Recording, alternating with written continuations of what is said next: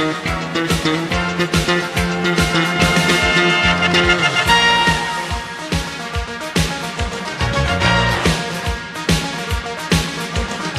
and welcome again to the first episode of Teo the Peopleist. If you've watched before, this is the same content but in a simpler podcast format for background listening.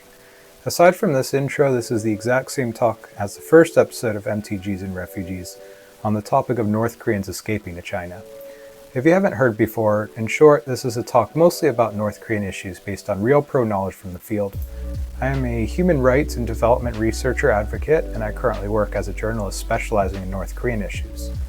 So, at least for a bit, I'm going to be telling you about North Korea as you've probably never heard it before.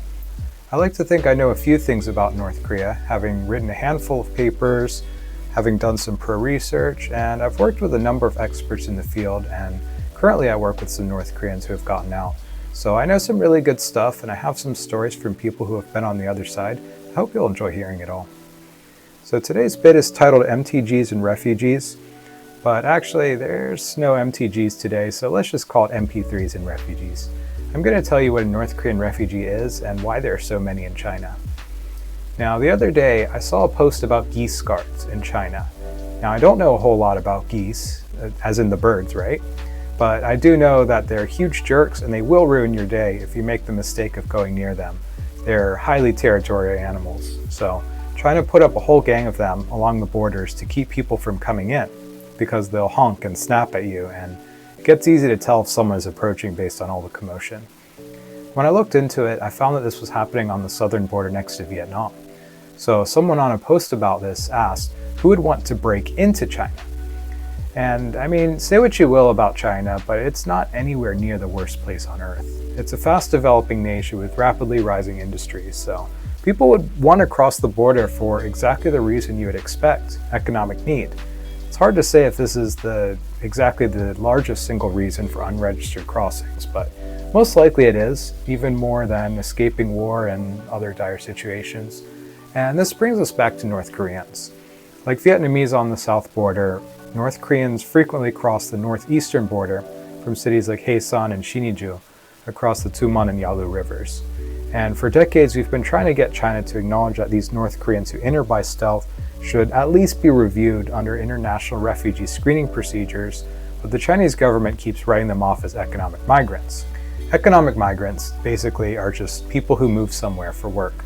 At least I think that's what the Chinese government is going for. For me, I moved across country several times when I was younger, just looking for better work opportunities, but not because I would have died if I didn't immediately find a job in another country. And that's a problem for classifying North Koreans, because no one is hopping over the river to get into China just because they want a few extra dollars per month or something like that. In reality, a lot of reports we read and testimonies we heard said that North Koreans were escaping because they basically would have died of starvation or disease if they couldn't get out. Now, here's where the plot thickens. If you were watching TV during the 2000s, you might have seen some news about starving North Koreans escaping. So if you hear about now, maybe you're thinking it's going to be the same thing. People are just crossing the border looking for food. But actually there are, I would say, maybe 3 different eras of North Koreans escaping. Basically, from the end of the Korean Civil War to around the mid-1990s, this was the first era of escapes. And we could say it's like before the flood. People didn't leave for economic reasons in the first part, because back then North Korea was actually much better off than South Korea, especially in the first decade after the war. And this was due to aid from allies like the Soviet Union. It was about the 1970s when South Korea really started to pick up in economic development, and that's the time when North Korea went stagnant because relations started to get worse with the Soviet Union. There's a few stories of people who left at the end of the 1980s and early 1990s, but you gotta understand that back then people got all of their food and everything from the government. And then when the Soviet Union shut its doors, that's when things got really bad for North Koreans. So some people left North Korea because they got in trouble with the government, and others saw the writing on the wall when they stopped getting rations. And you have to keep in mind that on the outside, we knew support wasn't going in from Russia anymore, but on the inside of North Korea, they didn't know anything. They were cut off from the news. So things were starting to get bad, but they didn't know that it was going to get worse. And then it did get worse. So that was the flood. If you look at the charts in 1990s, end of the 1990s, up into the 2000s, the charts numbers we have, it just takes off. It starts with single digits, and then it's 100 something people escaping in 1998, 500 in 2001, 1,000 in 2002. And this is just the number of people who came into South Korea after they escaped. So no one knows how many of them were still in other countries like China or Vietnam or Thailand, or who escaped or tried to escape and got caught in China and sent back to North Korea. If someone shows up in South Korea in 2001, realistically, they probably left in 1995 or 96. What was happening was that people were just starving everywhere. There was no money, there was no food, no medicine. If you lived near the Chinese border, you would just count the stars until you could just hoof it across. And I'll get to the third era in a bit, but I want to take a minute to talk about how this escape stuff works. I mentioned the geese and all, right? That's China trying to keep Vietnamese out in 2020, because Vietnam then didn't really care if Vietnamese wanted to leave. But North Korea, on the other hand, does not want North Korean people to leave the country. They have too much information, they have too many state secrets. The North Korean state is like a black window. It doesn't want you looking in and seeing what's going on. You can read the state news from North Korea, but it's really dry and it doesn't sound like real news at all. So instead of Chinese guards keeping North Koreans out, it's North Korean guards keeping people in. Every few hundred meters along the river, every few hundred yards or so, there's a guard tower. Someone's got a rifle and binoculars. They see someone trying to come out, they fire. So if you want to escape, you either need to know when the guards aren't looking, or you need to get them to just not look. One guy I know, he was in the military and he just got the timing right. A lot of escapees are women, and I'll get into that later. The women, they don't know anything about how guards work.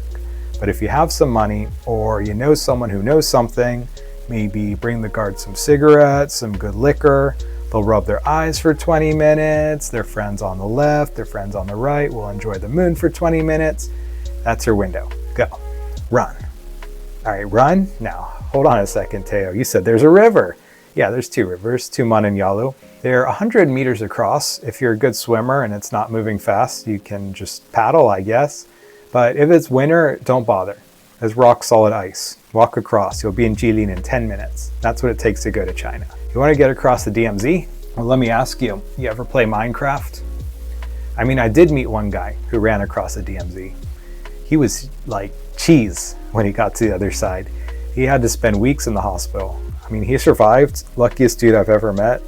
Everyone else, they just go to China, and then depending on what happens next, they plan their next move, or sometimes they just stay there in China. You know, more on that in a bit.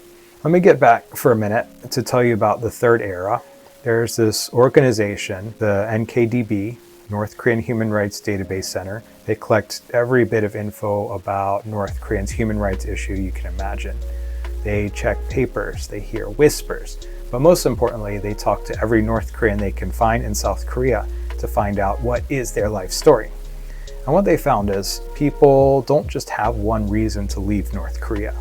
When they asked people who left after COVID, it was way different. If you left in the 90s, it was hunger.